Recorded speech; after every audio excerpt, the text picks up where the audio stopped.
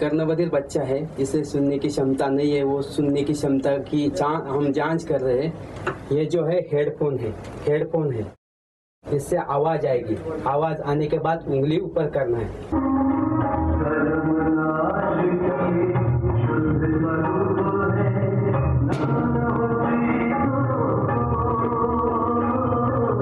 फिर हम लोग इंडोर फोटोग्राफी इनको सिखाते हैं। इंडोर में हम लोग यूनिट यूज करके टोटल जितना 4 मिनट में हम लोग फोटोग्राफी करते हैं। ये पक्के कलर से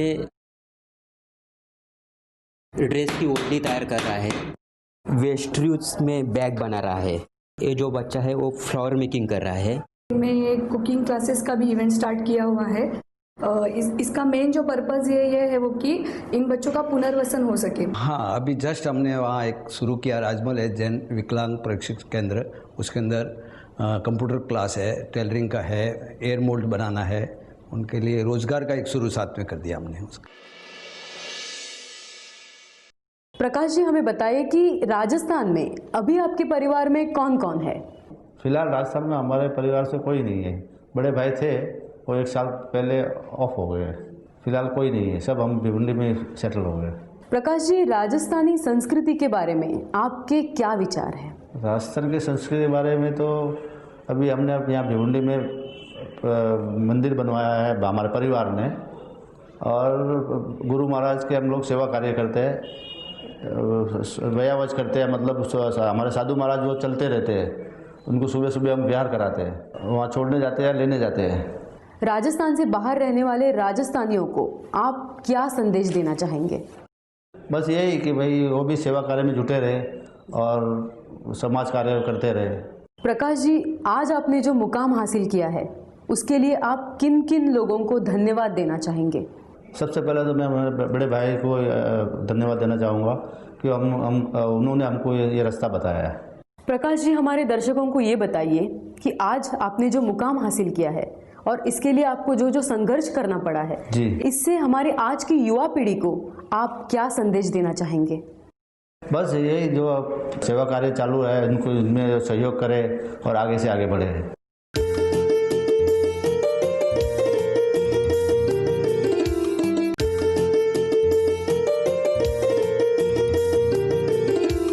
राजमल जी शाह के सामाजिक एवं परोपकारी कार्य को आगे बढ़ाने वाले भैरव परिवार के तीसरी पीढ़ी के सदस्य श्री अनिल केसरीमल जी जैन, आइए मुलाकात करते हैं। अनिल जी, हमें ये बताएं कि आपका पारिवारिक व्यवसाय क्या है?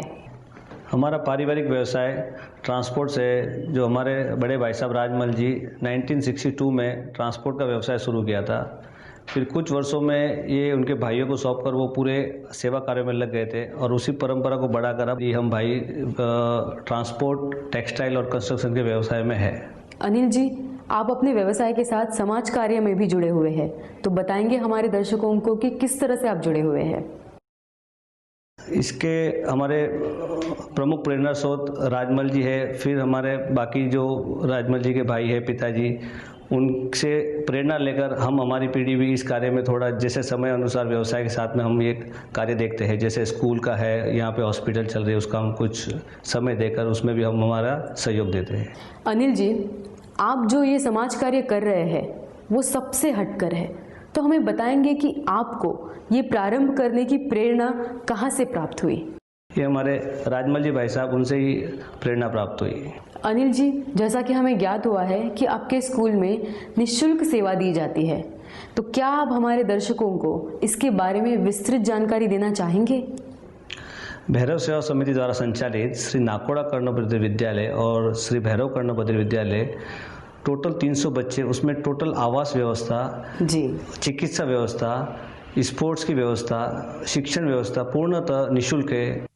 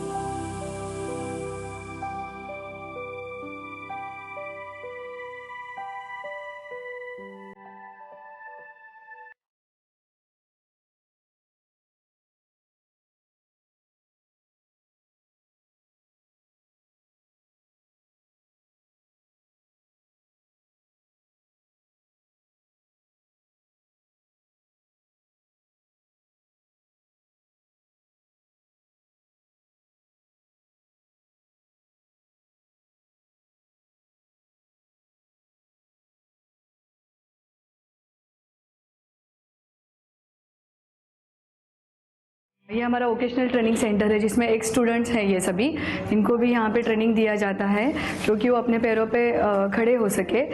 तो यहाँ पे अभी हम लोग अपने देखा एम्ब्रॉयडरी और कंप्यूटर जैसे सिखाया जाता है, वैसे ही ये ईयर मोल्ड लैब है। यहाँ पे कान कर्ण साँचा वो कैसे बनाते हैं वो सिखाया जाता है बच्चों को। तो ये उनका प्रोसेस है।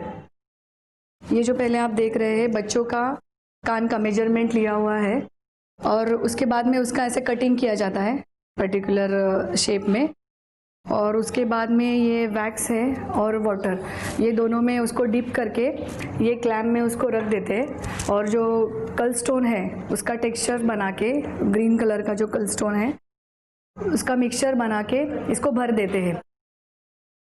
इस तरह से ये भर के यहाँ पे ओवन में रख देते हैं 1 घंटे के लिए। ट्रेनर ने आपको बताया कि ओवन में रखने के बाद 1 घंटे के बाद वहाँ से वो मोल्ड निकाले जाते हैं कप से। बाद में उनको हथौड़ी से फोड़कर उनमें से मोल्ड लिया जाता है। बाद में उसको मोल्ड को कट किया जाता है इस तरह से, छाये से उसको कट किया जाता है। बाद में उसका बेस निकालने के लिए उधर भेजा जाता है उस मशीन से, मिनी ग्राइंडर से। इसमें उसको फिनिश किया जाता है। जो उस पर क्रैचेस वगैरह होंगे वो इससे निकाले जाते हैं। कट होने के बाद वो ऐसा दिखता है। ट्यूब बिठाकर पूरा किया जाता है। इसमें विद्यार्थियों को कपड़े, गणवेश, पुस्तकें और शिक्षण के पूर्ण सामग्री निःशुल्क प्रदान की जाती है। कोई भी उनसे चार्ज नहीं लिया जाता है, वो पूर्णतः निःशुल्क है। अनिल जी, आपकी दी हुई जानकारियों के अतिरिक्त भी सेवा से जुड़ी अगर कोई अन्य गतिविधियां है तो इसकी जानकारी भी हमारे दर्शकों को विस्तार से दीजिए। हमारे अध्यक्ष श्री राजमल जी जैन द्वारा 1982 में श्री भैरव सेवा समिति की स्थापना हुई। उसी कार्य को आगे बढ़ाते हुए पुष्पत भाई ने एक झोपड़पट्टी के बच्चों के लिए श्री भैरव बाल मंदिर शुरू किया। उस बाल मंदिर में एक गूंगे बच्चे का एडमिशन हुआ।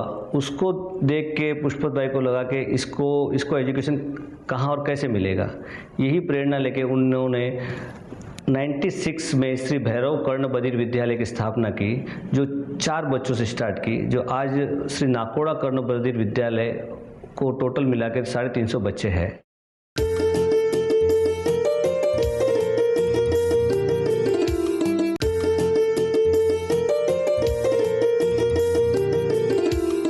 2007 में Shri Bhairav charitable eye hospital की भिवंडी में स्थापना की गई।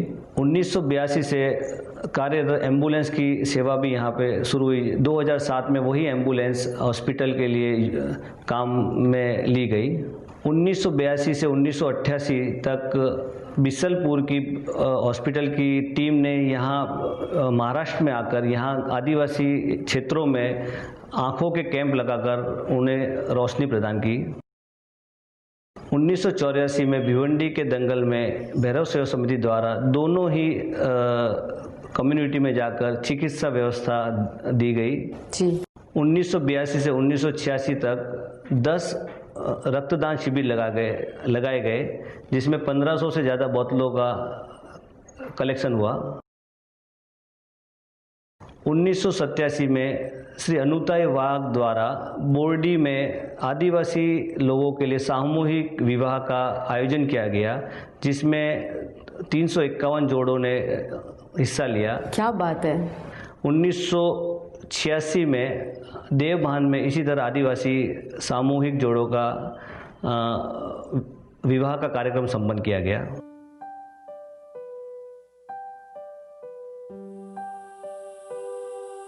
2001 में कच्छ के विशाल का भूकंप में भैरव सेवा समिति की टीम 15 दिन रहकर वहां पे चिकित्सा व्यवस्था, आवास की पुनर्वसन की व्यवस्था की गई। इसी तरह लातूर भूकंप में भी 20 दिन रहकर भैरव सेवा समिति के डॉक्टर की टीमों ने अपनी चिकित्सा व्यवस्था दी। जी बिल्कुल, ये बहुत ही अमूल्य सेवा है। 1994 से 2004 तक श्री भैरव बाल कामगार पुनर्वसन केंद्र की स्थापना की गई, जिसमें भिवंडी के पावरलूम के जो बाल मजदूर थे उनको वहां से लेकर बाल पुनर्वसन केंद्र में रखा गया और उन्हें पूरी शिक्षण की व्यवस्था दी गई। जी बिल्कुल, ऐसी मनोभावी सेवा बहुत ही कम लोग करते हैं। और अन्य जैसे ठंडी में स्वेटर वितरण की व्यवस्था और बारिश के टाइम भूकंप के समय जगह जगह पर खाने की कैंप की व्यवस्था रखी जाती है।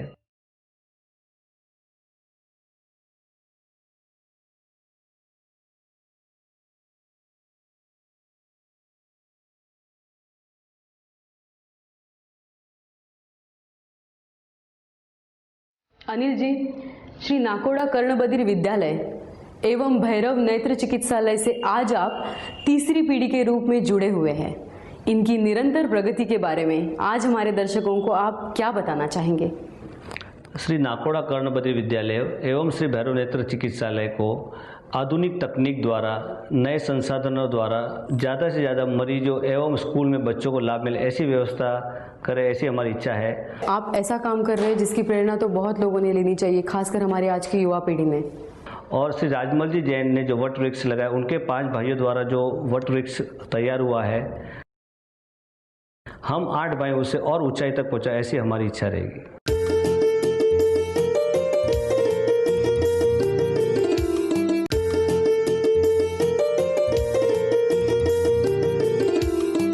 जैन साहब, हमारे दर्शकों को बताइए कि आपके स्कूल में छात्र और छात्राएं महाराष्ट्र के अलावा और कहां-कहां से आते हैं? महाराष्ट्र के अलावा हर स्टेट के आते, जो व्यवसाय के लिए महाराष्ट्र में आए हुए हैं, नज़दीक बॉम्बे के करीब में, उनके एक दूसरे के संपर्क से हर स्टेट के बच्चे हमारे यहाँ परीक्षण ले रहे हैं। जैन साहब, राजस्थान में रहने वाले राजस्थानियों को आप क्या संदेश देना चाहेंगे? जी, जो राजस्थान से रह के महाराष्ट्र में रहने के बाद भी वो राजस्थान से जुड़े रहे और अपना कार्य आगे चलता रहे।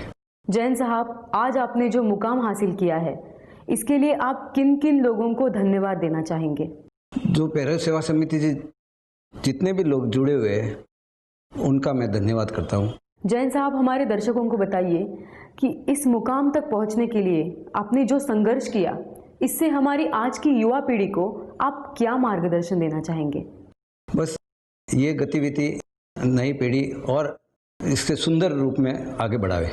पुष्पत राज जी, आपने अपने कीमती समय में से समय निकालकर आप हमारे इस कार्यक्रम में आए, हमें इतनी सारी बहुमूल्य जानकारी दी, उसके लिए आपको बहुत बहुत धन्यवाद। नमस्कार।